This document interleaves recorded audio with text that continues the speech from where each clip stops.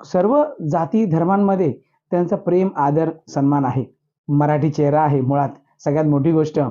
सामान्य गोरगरीब जनता असो, या वर्सोवा विधानसभेतील कोळी समाज असो किंवा एखादे चित्रपटसृष्टीचे किंवा सिने कलाकार, टीव्ही सिरियलचे कलाकार, असे अनेक लोक या लोखंडवाला कॉम्प्लेक्स या विभागात राहत असतात. पण ते सगळी लोक ज्या पद्धतीने त्यांना प्रेम करतात ते अत्यंत कौतुकास्पद आहे. त्या सगळ्या प्रश्नांना ते नेहमी सोडवलेले आहेत. त्या सॅनिटरी पॅड गेली 10 वर्ष त्या मोफत लोकांना वाटतायत. तो गेली 10 वर्ष त्यांच्याकडे मुलगी जन्माला आली विभागामध्ये तर त्यांच्या ऑफिसमध्ये त्यांना बोलावलं जातं, त्या मुलीचा सत्कार केला जातो. संपूर्ण वर्सोवा विधानसभेत त्यांचं खूप लोक कौतुक करत असतात, त्यांच्याबद्दल बोलत असतात, त्यांच्या कामांच्या बद्दल बोलत असतात. विभागातले प्रश्न जेव्हा मांडायची वेळ येते विधानसभेमध्ये तेव्हा अत्यंत प्रखरपणे त्यांनी सगळे प्रश्न हे विधानसभेत सुद्धा मांडलेले आहेत.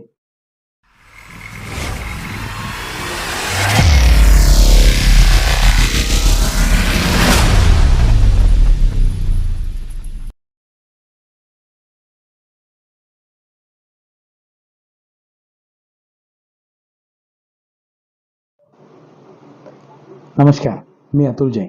आपला अतुल आपली बातमीमध्ये आपल्या सर्वांचं हार्दिक स्वागत करतो. मित्रांनो, विधानसभेच्या निवडणुका जाहीर झालेल्या आहेत आणि प्रत्येक पक्षाने आपले उमेदवार कसे द्यायचे याबद्दल त्यांची जी कसरत आहे ती सुरू झालेली आहे आणि युत्या आघाड्या या दोघांमध्ये रस्सीखेच सुरू आहे. आपण बघू शकतो मित्रांनो, ज्या पद्धतीने गेली अनेक दिवस बघत आहोत की अनेक उमेदवार यांचे नाव कापण्यात येणार आहेत अशा पद्धतीच्या चर्चा आज सुरू आहेत आणि त्याच पद्धतीने आपण एक असंच नाव मी तुमच्यासमोर घेऊन येत आहे, ते म्हणजे वर्सोवा विधानसभेचे आमदार भारतीताई लवेकर.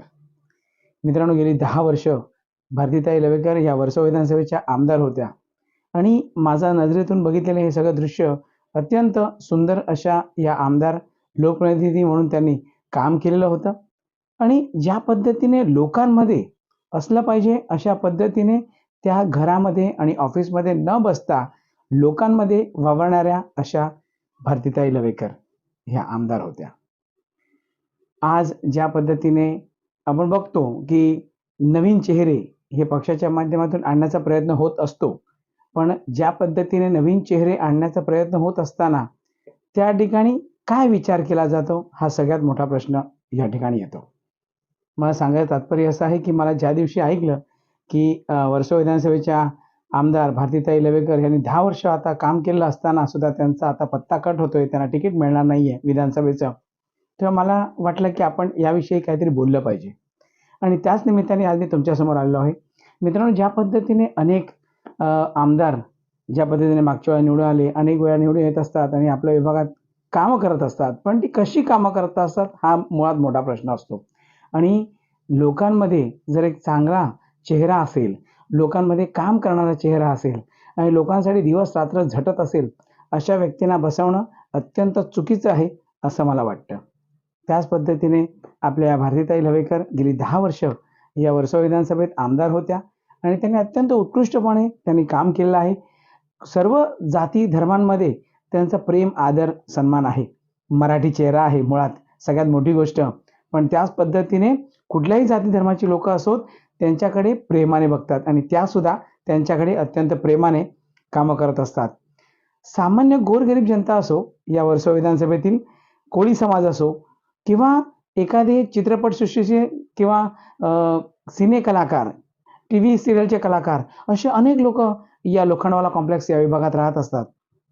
पण ते सगळी लोक ज्या पद्धतीने त्यांना प्रेम करतात ते अत्यंत कौतुकास्पद आहे. ज्या पद्धतीने वर्सोवा गावांमध्ये त्यांनी जे कामं केली आहेत, वर्सोवा गावात त्यांचा जो प्रश्न आहे नेहमीचा, अनेक विषय असतील त्या सगळ्या प्रश्नांना त्यांनी नेहमी सोडवलेले आहेत. आणि त्यानंतर विशेष कौतुक म्हणजे महिलांच्या वेळेला जे पिरियडचा वेळ असतो तेव्हा सॅनिटरी पॅड जे असतात त्या सॅनिटरी पॅड गेली 10 वर्ष त्या मोफत लोकांना वाटतायत. अत्यंत सुंदर असं त्यांचं हे काम आहे. कारण की आपण अक्षय कुमारचे चित्रपट बघितलं असेल की सॅनिटरी पॅडवर त्यांनी जे चित्रपट काढलं होतं, हे एक चित्रपट आपल्याला मनात भावना जागतात. त्याने तर 10 वर्ष सॅनिटरी पॅड फ्री वाटलेले आहेत. तर अशा पद्धतीने जर काम केलेलं असेल आणि जर अशा लोकांना दाबलं जात असेल तर मग आश्चर्य वाटतं.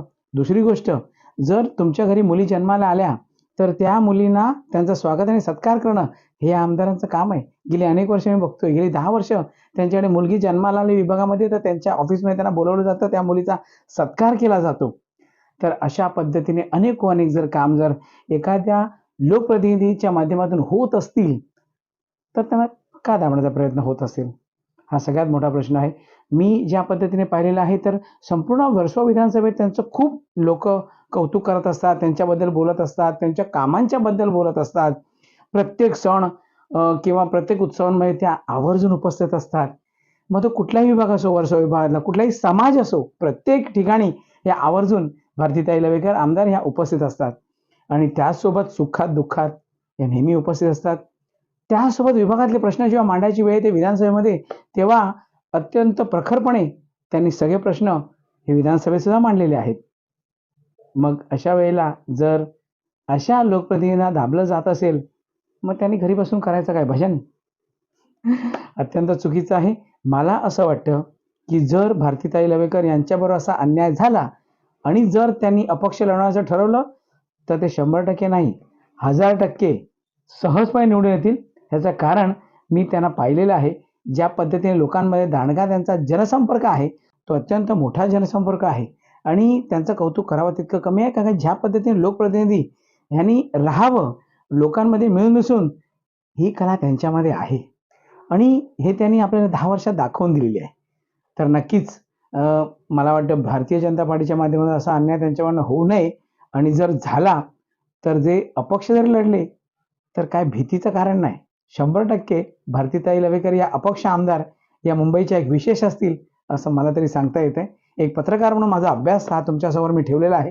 कारण आपले डोळे आणि आपले विचार आपण स्वतः करत असतो, की कशा पद्धतीने समोरचा व्यक्ती आणि त्याचं व्यक्तिमत्व आहे आणि हे व्यक्तिमत्व मी तुमच्यासमोर ठेवण्याचा प्रयत्न केला. इथेच थांबतो. आपला अतुल आपली बातमीमध्ये. Thank you. जय हिंद, जय महाराष्ट्र.